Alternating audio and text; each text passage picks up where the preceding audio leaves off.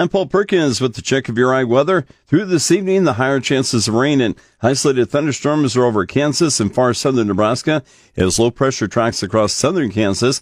Across much of Nebraska, spotty rain and thunderstorms are possible through this evening with the weak cold front dropping to the south. There could be a few storms that produce wind gusts of 45 and some small hail. Tonight through tomorrow morning is mostly dry before daytime heating triggers a few showers and thunderstorms tomorrow afternoon.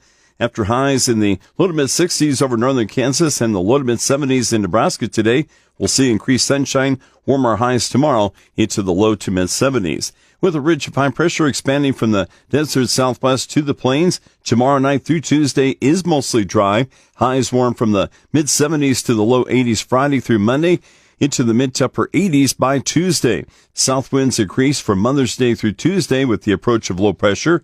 Increasing moisture and instability could spark more active and stormy weather by next Wednesday into Wednesday night. In the long-term forecast, Nebraska and Kansas are likely to continue to see warmer than normal temperatures Monday through May 20th, especially the early to middle of next week. Near normal rainfall is indicated for Nebraska and Kansas early next week before chances improve for above normal rainfall the middle of next week through May 20th.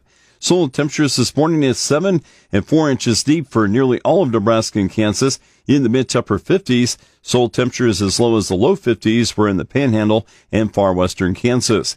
Key weather factors driving the markets include heavy rain across the southern U.S., ideal planting conditions farther north, and dry spots in China and Australia.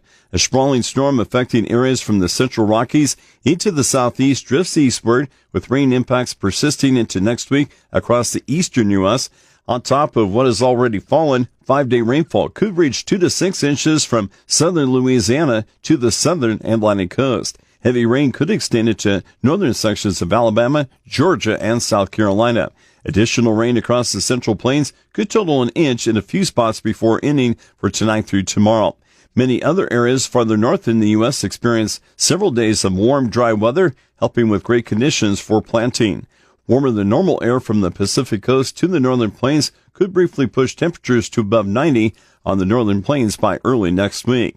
A storm moves into the plains the middle of next week with scattered rain that should move across the northern U.S. the end of next week, possibly benefiting areas that have been missed by recent rains.